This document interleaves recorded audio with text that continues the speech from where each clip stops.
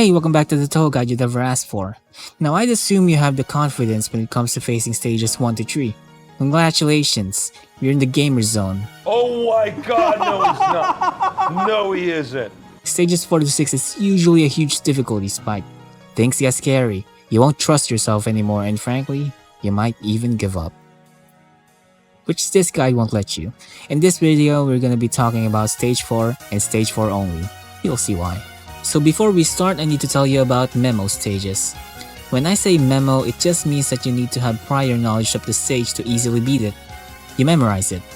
All you have to do is know when and where the enemies spawn, what they will shoot, and where to place yourself. Now that doesn't mean that you only need to do specific things to finish the stage. No, you can still move around in any way you want. Approach the challenge in your own way.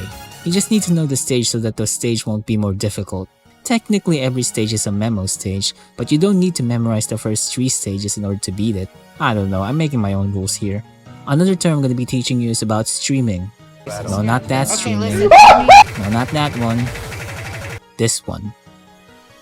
Last time I taught you about aim bullets. Streaming is basically if aim bullets are getting spammed at you. You basically just go in the direction bit by bit. A certain pirate calls this the... Yes, I'm still addicted to VTubers. I can't get out of this rabbit hole. Anyway, let's begin. So stage 4 doesn't hold back with the opening. We have 6 fairies who will summon some circles that summons a lot of kunai bullets. You can prevent chaos by picking a side and killing at least 2 of them immediately so they don't do the thing. Do that and you can effortlessly bob and weave through the kunai bullets. But don't put your twiggly little fingers yet. Those spindly boys are gonna spawn on both sides and shoot these aim bullets at you. So you pick a side and misdirect the bullets. You kinda just let them shoot a little bit until it gets too spooky and go to the other side or somewhere safe. There's going to be another wave of those enemies just with a little bit of change, but you can do the same. Suddenly, it's not that scary anymore. You can even do a little greed, but be careful or you'll, waste the bomb. Next up are these 4 fairies who approaches you menacingly. Suddenly, they start speaking in bullet hell language. Again, pick a side and focus on defeating the fairies. For some reason, killing them removes all the bullets, effectively making this part less scary. There are also some spindly boys shooting aim bullets at you, but they're not as scary as the previous ones. Speaking of the previous ones, they're back. Just once though. And all of a sudden, books. Their placement is random, so pick a side and dodge. These are one of those attacks where the only way to effectively dodge it is through experience. Same tip I gave you in the randomly shot bullets, just focus on the ones near you. Or just bomb. That's cool too. Now you notice me saying to pick a side. It's really a matter of preference in which side of the screen you want to be in. Just pick whatever side you want. You won't feel that much of a difference anyway. After those books, we come across the mid-boss, Kowakuma. It literally just means little demon or small demon. This is your introduction to these bubble bullets. Don't get intimidated by these big boys. Their hitbox is not that big. The outer part is completely safe. So yeah, it's just bubble bullets layered with some kunai bullets sprinkled in. Just go left and right, bro. Don't worry about it. Also free bomb. Get it. And then we have break time. Go to the center, shoot the spindly boys, collect the items. Do that for the first 3 waves. Before the 4th wave comes, go pick a side and do the usual. And then laser shooting books. First wave is simple, you can easily dodge them. And then the 2nd wave. What I usually do is that I go somewhere here and slowly go toward the middle. Once in the middle, you just vertically dodge the incoming bullets. There's plenty of space to dodge there, don't worry about it. After that mess we have, more mess. So after the books, immediately go to the left side. Start focusing on the fairy because it's one of those fairies that removes the bullets when you kill them. Defeat it and dodge the aim bullets while going to the right side. Now notice here I didn't immediately go to the other side. I kinda just let them shoot at me some more, so when I go to the right side, it's cleaner. The same thing happens again. I trust that you got this already. Now this next part is going to be the easiest part if you're playing as Reimu A. But if you're not playing as Reimu A, here's the pattern in which they spawn.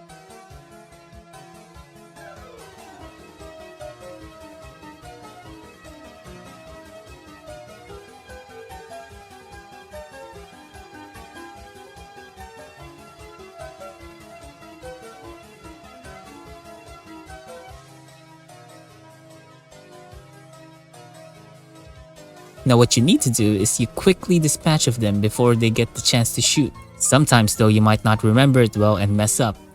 That's okay. I taught you about misdirection and streaming. You can also do it here. And honestly, you will feel cool, especially when you pull it off without losing any resources.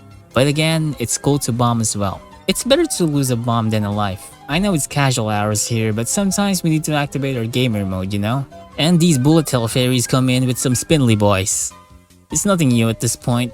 Focus on the one on the side, then the middle, then the other side. Honestly, it can also be in any order. It may look scary, but as long as you're focusing on the fairies, you'll be fine. Collect the items and it's boss time. Patchouli? Whatever you call her. She's adorable. So this boss fight is unique because her spell cards will depend on what shot type you picked. Before I show the spell cards though, we will deal with the two non-spell cards since they're going to be the same regardless of the shot type. The first non-spell is her spinning her lasers from left to right and right to left. It alternates every wave, so the second wave is right to left and left to right. One thing to consider too is that the laser actually loses its hitbox before it completely disappears, so you can abuse that sometimes. While shooting the lasers, she's also shooting these aimed red bullets at you, so that it can trap you with the lasers. Now they leave a huge gap, so you need to face your fears and go through them. The second non-spell is just like the first one. The difference is that the first wave of bullets are faster and blue, and the bullets that trap you has some blue bullets sprinkled in the red bullets. Same concept, dodge away from the laser and go through those gaps. And it's spell card time. I'm putting the timestamp in the comment section in the description if you just want to see a specific shot type. Do mind that some spell cards are seen in more than one shot type. Some are even a variant of the spell card, so if you're watching the whole thing, you will notice me suffering because I had to explain some spell cards over and over. Our first spell is Agni Shine. It has a very unique bullet type. It's these flame things with hitbox that I don't know how to explain. Just avoid them at all costs. So in this spell card, it's just those flame bullets crisscrossing downward. The gaps are huge so you don't have to worry about them too much. Just be careful when you're near the flames or if you get a bad pattern. Next up is Lazy Trilithon High Level. So this is the stronger variant of Lazy Trilithon. So the thing about this spell card is kind of like Agni Shine, but with these round bullets instead. It's much more dense and a bit fast than its normal counterpart. Don't be afraid to bomb when you get yourself trapped like I did. You usually get a good pattern, so just focus and look for those gaps. And then we have Lava Cromlech. It's pretty much a combination of the two previous spells, with each of them being downgraded. So the concept is like the first one is fire and the other is earth. You combine them and boom, comes lava. Dang dude. Don't let your guard down. The gaps are easier to see and the round bullets are calmer than the previous one.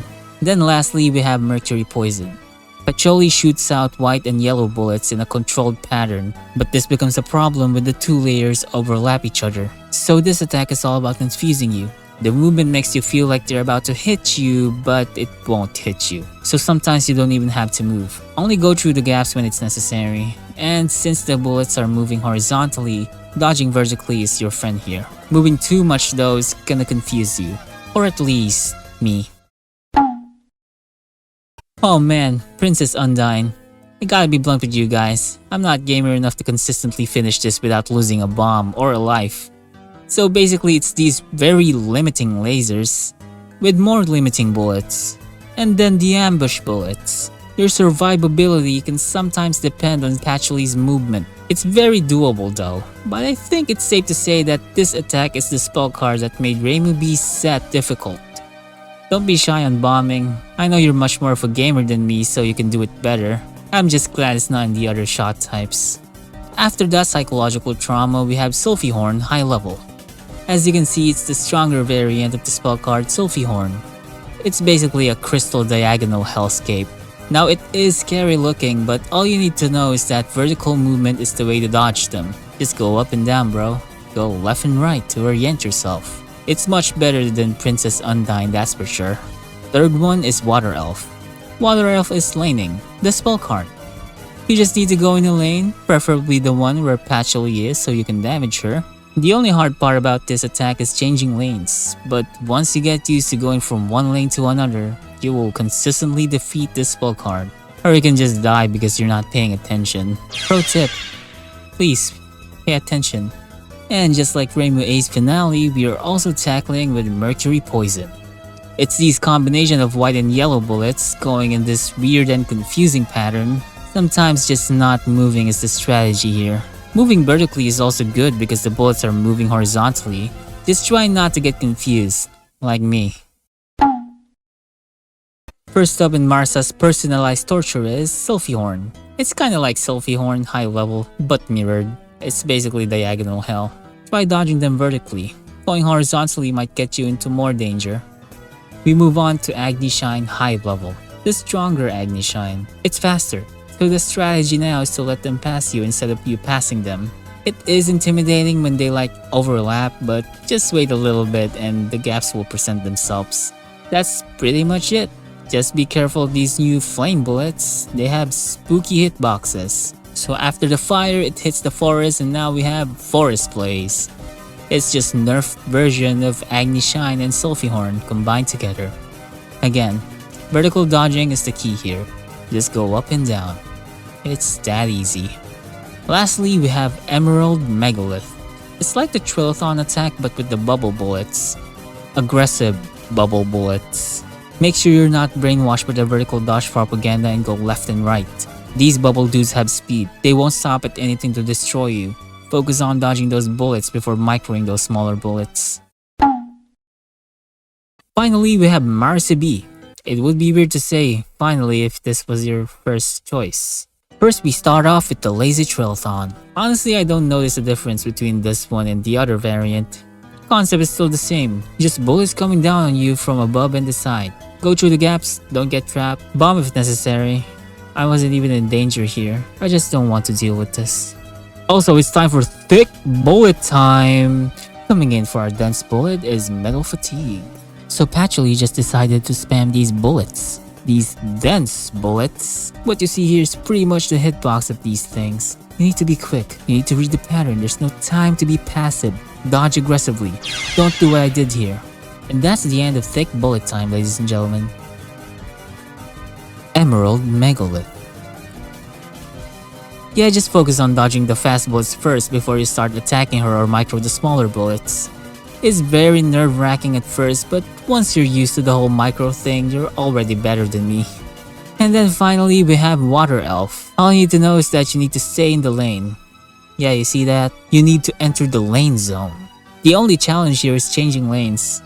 Or maybe if you're aggressive like me, you're constantly tailing Patchouli, which completely disregards the lane zone.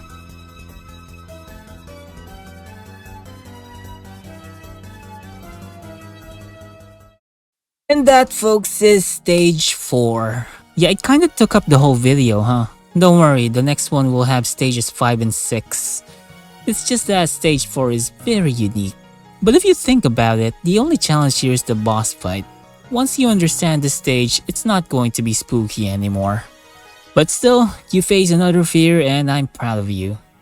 So next time in this guide no one asked for, we'll be tackling with maids and vampires. Oh boy.